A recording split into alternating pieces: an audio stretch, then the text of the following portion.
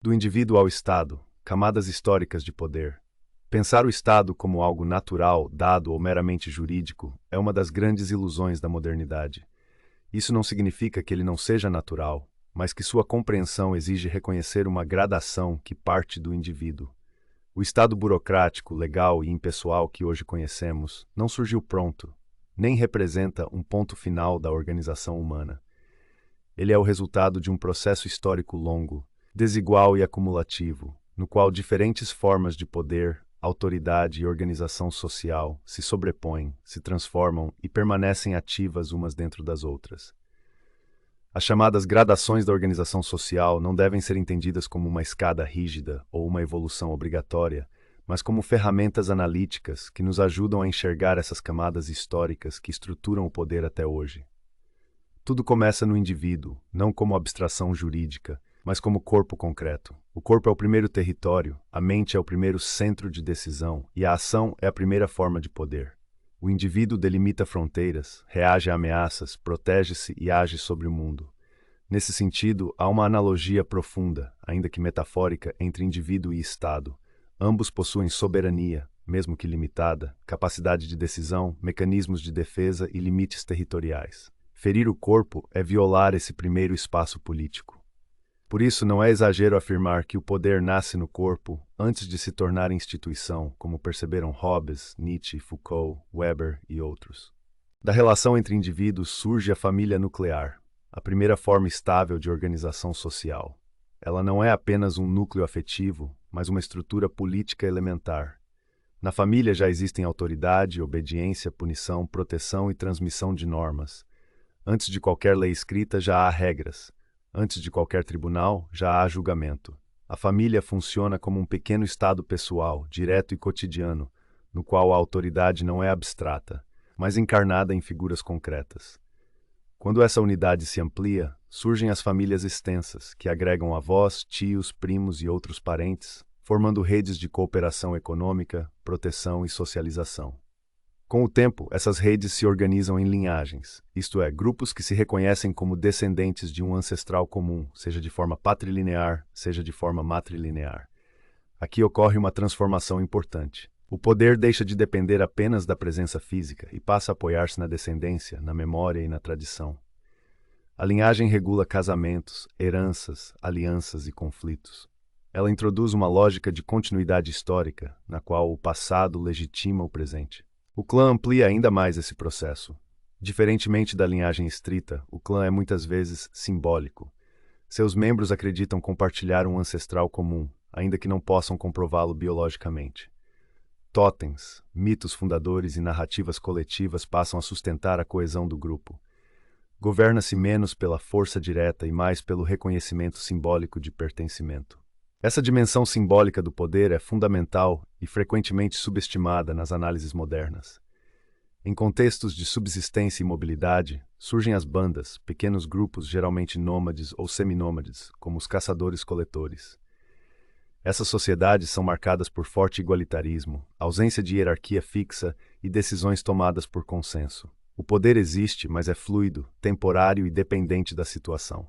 Ninguém governa permanentemente. Esse ponto é crucial, pois mostra que a ordem social não depende necessariamente de um Estado centralizado. As tribos representam uma organização mais complexa, reunindo várias bandas, linhagens ou clãs sob uma identidade comum. Ainda assim, a liderança costuma ser situacional, baseada em prestígio, idade, sabedoria ou capacidade de mediação, e não em autoridade coercitiva permanente. Evans Pritchard demonstrou ao estudar sociedades como os Nuer que essas chamadas sociedades acéfalas não são sociedades sem política, mas sociedades que distribuem o poder em vez de concentrá-lo. Quando o Estado ataca a família, a religião ou as forças armadas, ele está, na verdade, rompendo com o direito natural em nome de um direito criado por ele mesmo. Seja uma dinastia ateia, um clero militar ou uma tirania puramente bélica, o tripé sempre se recompõe, mesmo que de forma distorcida. O Estado de Direito, em sua essência, não é apenas o Estado que segue suas próprias leis. É aquele que reconhece esses pilares naturais e os protege, em vez de tentar substituí-los por sua própria vontade burocrática. A aldeia surge com a sedentarização. Ao fixar-se no território, a sociedade passa a lidar com novas necessidades. defesa permanente, armazenamento, redistribuição e gestão de conflitos internos.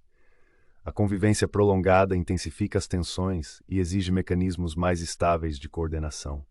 É nesse contexto que aparece a chefatura, uma forma de organização frequentemente ignorada, mas absolutamente central para entender a transição para o Estado. A chefatura introduz uma liderança centralizada, hereditária ou semi-hereditária, com poder redistributivo. O chefe não governa apenas pela força, mas pelo controle do excedente, pela mediação ritual e pela capacidade de manter a ordem. Aqui a desigualdade deixa de ser ocasional e começa a se tornar estrutural. Morton Fried mostrou que o Estado não nasce simplesmente da complexidade social, mas da institucionalização da desigualdade. Quando as hierarquias passam a ser permanentes, legitimadas e protegidas, surge a necessidade de um aparato político estável. A chefatura é, portanto, um elo decisivo e muitas vezes esquecido entre as sociedades tribais e os estados propriamente ditos. Com o crescimento urbano surgem as cidades-estado, unidades políticas autônomas que combinam território, governo, economia e identidade própria. Atenas, Uruk e as cidades maias são exemplos clássicos. Aqui, o poder torna-se mais impessoal e administrativo, mas ainda fortemente ligado à cidade como centro simbólico. A expansão territorial leva aos reinos e impérios que incorporam múltiplos povos, línguas e culturas sob uma autoridade central. Para manter a coesão, esses sistemas recorrem a ideologias poderosas, religião, linhagem divina e nacionalismo e a força militar organizada.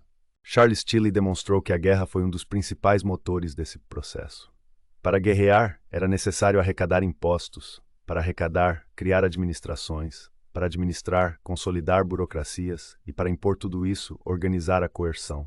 Assim, a guerra não é um acidente na história do Estado, mas um de seus elementos formadores. O Estado-nação moderno consolida esse processo ao unir soberania territorial, identidade nacional, burocracia e legalidade. Ele se apresenta como impessoal, racional e universalista. No entanto, compreender todas as gradações anteriores é essencial para perceber que esse Estado não elimina as formas antigas de poder. Ele as reorganiza. A família reaparece nas elites políticas e no nepotismo. A religião reaparece nos símbolos e valores morais. A guerra reaparece na polícia, no exército e no estado de exceção. O Estado burocrático é, portanto, um palimpsesto histórico. Michael Mann ajuda a entender essa complexidade ao mostrar que o poder social se distribui entre dimensões ideológicas, econômicas, militares e políticas. O Estado não monopoliza totalmente nenhuma delas. Ele tenta articulá-las. Quando falha, surgem crises, fragmentações ou formas supranacionais, como a ONU, a União Europeia e outros organismos que indicam que o processo não termina no Estado-nação. As gradações da organização social existem, portanto, não como uma linha evolutiva rígida, mas como um mapa conceitual. Elas tornam visível aquilo que muitas vezes passa despercebido, que o Estado moderno carrega dentro de si o indivíduo, a família, o clã, a chefatura, a guerra e o símbolo. Compreender essas camadas é fundamental para entender o chamado quarto Estado, o Estado burocrático das leis, não como uma ruptura absoluta, mas como uma reorganização histórica de formas muito mais antigas de poder. O Estado não nasce fora do humano, ele nasce do humano, cresce com ele e permanece marcado por suas origens. E é justamente por isso que compreendê-lo exige olhar para trás, para as formas aparentemente simples que, longe de serem superadas, continuam a estruturar silenciosamente o poder contemporâneo. Deixo claro que esta visão deseja confrontar o marxismo, que prega que o Estado pode deixar de existir, ou o seu oposto, um Estado totalitário. Propõe o Estado natural. Edson Pinto Coelho, Lívia Mafalda, quero que fiquem com Deus e até a próxima. Forte abraço.